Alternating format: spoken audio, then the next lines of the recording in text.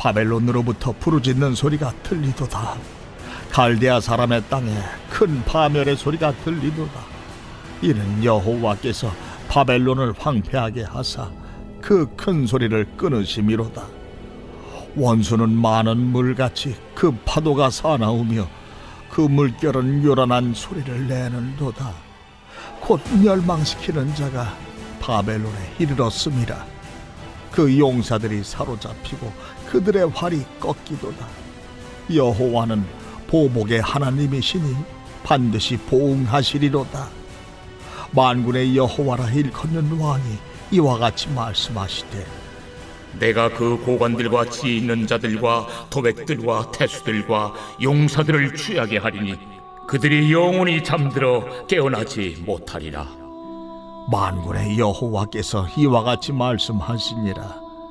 바벨론의 성벽은 회파되겠고 그 높은 문들은 불에 탈 것이며 백성들의 수고는 헛될 것이요 민족들의 수고는 불탈 것인즉 그들이 쇠잔하리라. 유다의 시드기야 왕 제4년에 마세아야의 손자 니디의 아이들 스라야가 그 왕과 함께 바벨론으로 갈 때 선지자 예레미야가 그에게 말씀을 명령하니 스라야는 평창감이더라. 예레미야가 바벨론에 닥칠 모든 재난, 곧 바벨론에 대하여 기록한 이 모든 말씀을 한 책에 기록하고 스라야에게 말하기를, 너는 바벨론에 이르거든 삼가 이 모든 말씀을 읽고 말하기를, 여호와여 주께서 이곳에 대하여 말씀하시기를, 이 땅을 멸하여 사람이나 짐승이 거기에 살지 못하게 하고 영원한 폐허가 되리라 하셨나이다 하라 하니라. 너는 이 책 읽기를 다 한 후에 책에 돌을 메어 유브라데 강속에 던지며 말하기를, 바벨론이 나의 재난 때문에 이같이 몰락하여 다시 일어서지 못하리니 그들이 피폐하리라 하라 하니라. 예레미야의 말이 이에 끝나니라. 오늘 말씀은 말씀을 기록하고 들려주라 라는 말씀을 함께 말씀을 나누겠습니다. 오늘 본문의 말씀은 이제 시드기야 왕이 바벨론에 방문하게 되었는데, 아마도 이제 그것은 조공하게 되어지는 것이죠. 그 조공으로 인해서 방문하게 되었을 때 예레미야가 이제 스라야라고 하는 병참감, 그러니까 군대를 왕이 가니까 왕의 그 군대를 호위하는 그 군대의 리더지요. 바로 그에게 여호와의 말씀을 기록하여서 주면서 그곳에 미리 끌려가 있던 유다 백성들에게 이 말씀을 전하라, 이렇게 하는 내용입니다. 그러니까 지금 유다가 완전 멸망하기 이전부터 몇 차례에 걸쳐서 포로로 끌려갔습니다. 나중에 이제 시간을 계산해 보면 유다가 완전히 멸망했을 때와 586년과 그리고 그 이후에 돌아오는 시기를 보면 멸망한 날부터 70년이 아니라 1차 포로로 끌려갔을 때부터 돌아오는 날짜가 70년이거든요. 그러니까 이미 먼저 포로로 끌려가서 그곳에서 고통 가운데 있는 이들에게 바벨론의 심판을 하나님이 말씀하셨고, 또 그 가운데 너희가 돌아오게 될 것을 하나님이 말씀하고 계시는 내용입니다. 그래서 이 말씀을 그들에게 기록함을 통해서 이 바벨론의 포악함이 영원하지 않다라는 것을 말씀하고 있고요. 그리고 바벨론이 무너질 것이기에 하나님 앞에서 믿음으로 신실함으로 견뎌내도록 말씀하고 계시는 겁니다. 예를 들면 여러분, 우리의 삶도 그렇습니다. 우리의 고통이 언제까지냐? 그냥 미래를 모릅니다. 그러면 계속 고통스럽고 어렵습니다. 그런데 미래의 희망을 가지며 이것 또한 견뎌내리라, 그렇게 우리가 마음을 다잡고 견뎌내게 되는 것이죠. 바로 유다 백성들에게는 그런 메시지입니다.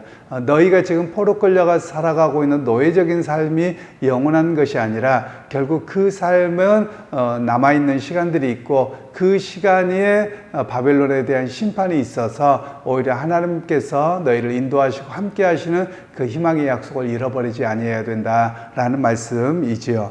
그러면서 이제 바벨론에 대해서 하나님의 심판의 내용을 보면 바벨론의 교만함, 그들이 믿고 있는 신이 최고라고 여기고 있는데 그것은 다 헛된 것일 뿐만 아니라 오히려 그들의 교만함에 대한 하나님의 심판이라고 이야기를 합니다.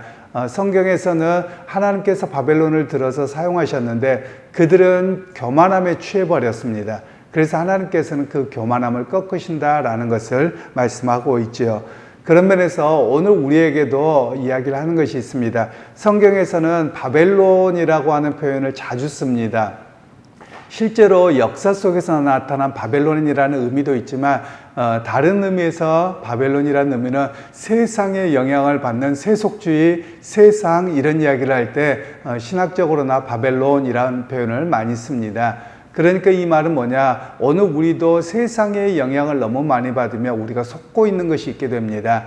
그게 뭐냐면 오늘이 최고인 것 같고, 그리고 이렇게 살아가는 게 안정적인 것 같고, 절대로 우리의 삶이 무너지지 않을 것 같은, 그리고 우리의 인생이 영원할 것 같고, 나라가 영원할 것 같고, 세상이 영원할 것 같은 그런 안정감에 도취하게 하는 것이 세속주의라고 말할 수 있습니다. 그게 바벨론의 이야기거든요.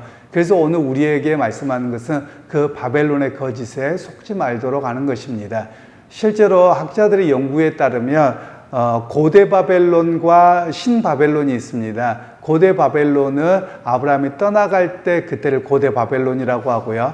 지금 유다 백성들이 멸망할 때는 신 바벨론이라고 이야기를 합니다. 그런데 여러 학자들에 대한 이야기들이 뭐냐면 고대 바벨론에서 학문의 성과를 어느 정도 이뤄놨습니다. 마치 씨앗의 형태로 일어났는데 오늘날 우리의 모든 학문의 발전과 모든 것들이 이 고 바벨론과 그 이후에 계속 연결되어지는, 그것이 계속 확장되어지는 것이다 라고 이야기를 하고 있습니다. 그래서 성경에서는 바벨론의 역사, 문명이 왜 생겼느냐를 우리에게 한번 생각하게 합니다. 실제로 여러분 문명이 생기는 나라들을 봐보세요. 고대 바벨론 문명, 그리고 또 중국의 황하 문명, 이집트의 피라미드를 중심으로 하는 이집트 문명, 그리고 남아메리카에 있는 아즈텍 문명, 이런 문명들을 보잖아요. 그러면 살기 좋은 곳이 아닙니다. 살기가 척박한 곳에 문명이 생깁니다. 그런데 성경에서는 문명의 출발점이 어디에 있느냐? 하나님을 떠나면서 그들이 두려워합니다. 그래서 그들이 그 두려움 속에서 자기들을 지키고 안전하게 하기 위해서 만들어낸 일들이 문명의 출발점으로 봅니다.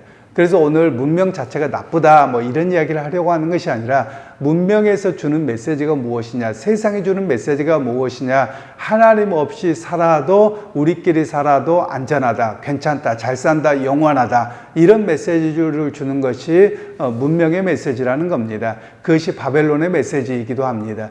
그래서 오늘 성경에서 우리에게 말씀하는 것은 세상의 소리에 속지 말라는 겁니다. 저나 여러분들이 다 알아가고 있습니다. 우리가 장래가 났을 때 보면 인생이 영원하지 않다는 것도 알고요. 또 우리 자신을 보더라도 몸이 날마다 늙어갑니다. 당연한 이치입니다. 그런데 세상의 메시지는 이 약만 먹으면 영원히 살 것 같고, 병원에 다니면 영원히 살 것 같고, 그런 메시지가 사실은 세상의 메시지다라는 것입니다. 거기에 속지 않아야 됨을 우리에게 말씀하고 있는 내용이지요. 그러면서 오늘 예레미야는 계속해서 말씀하기를, 이제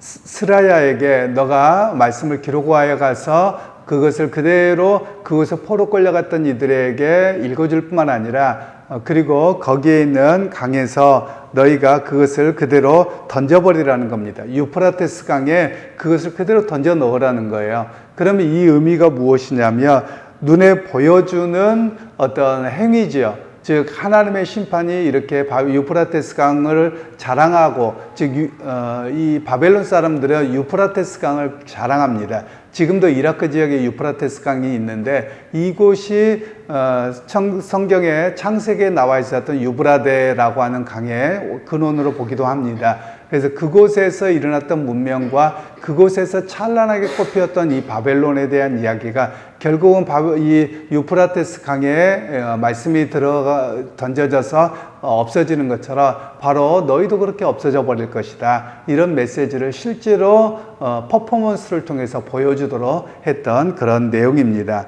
그러면서 오늘 이 말씀과 애언 그리고 행위의 모습은 어떤 것이냐, 미리 포로 끌려갔던 이들에게 위로의 메시지이기도 하고요, 소망의 메시지이기도 하다는 것을 우리에게 말씀합니다. 오늘 우리도 마찬가지입니다. 여러분, 세상에 주는 메시지는 거짓입니다. 우리를 끊임없이 영원할 것 같고 안전할 것 같고 이런 것은 거짓의 메시지이고 진정 주님의 메시지는 어떤 메시지냐? 이 땅에 대한 심판이 있을 겁니다. 완전한 심판이 있고 그 이후에 주님의 나라의 완성이 있을 것입니다.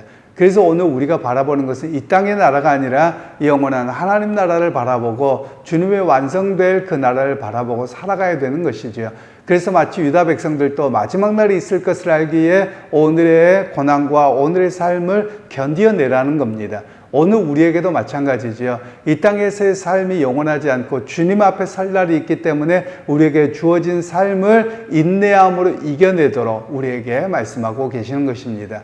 그러기 여러분, 오늘 하루의 삶도 각자에게 주어졌습니다. 세상에 살아가면서 희노애락이 다 있겠습니다만 세상의 메시지에, 거짓 메시지에 속지 아니하고 주님 나라를 바라보고 살아가는 믿음의 성도들, 또 믿음의 순례자들로 살아가는 그런 우리 모두가 되실 수 있기를 주님의 이름으로 축원합니다.